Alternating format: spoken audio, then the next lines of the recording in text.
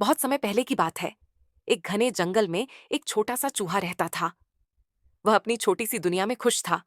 एक दिन चूहा जंगल में घूमते हुए अचानक एक शेर के सामने आ गया। शेर ने उसे देखा और डरावनी आवाज में कहा, तुम छोटे से चूहे, अब मैं तुम्हें खा जाऊंगा। चूहे ने डरते हुए कहा, मुझे मत खाओ शेर भाई, मैं तो बहुत छोटा हूं, तुम्हारा पेट भी नहीं भरेगा। अगर तुम मुझे छोड़ दोगे तो मैं तुम्हारे बहुत काम आ सकता हूं। शेर हंसी के साथ बोला, तुम जैसे छोटे से चूहे से मुझे क्या मदद मिल सकती है? तुम मेरे लिए तो कोई काम नहीं कर सकते।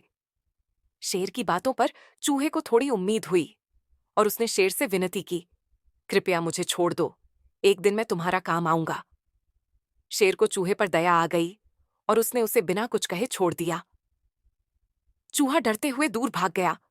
कुछ दिनों बाद जंगल में एक अफरा तफरी मच गई। चूहे को शेर के गुस्से की आवाज सुनाई दी।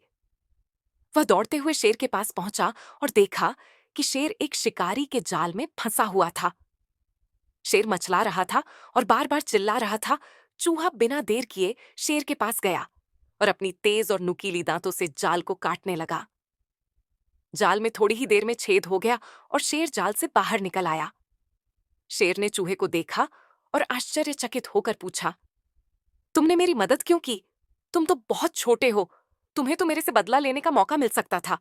चूहा हंसते हुए बोला, तुम्हारी दया के कारण ही तो मैं आज तुम्हारी मदद कर पाया हूं। मैं वही चूहा हूं जिसे तुमने बचाया था। शेर की आंखों में आंसू आ गए। दोनों अच्छे दोस्त बन गए। इस कहानी से हमें यह सीखने को मिलता है कि कभी भी किसी को छोटा या कमजोर नहीं समझना चाहिए। ऐसे और इंटरेस्टिंग कहानी के लिए हमें लाइक और सब्सक्राइब करें।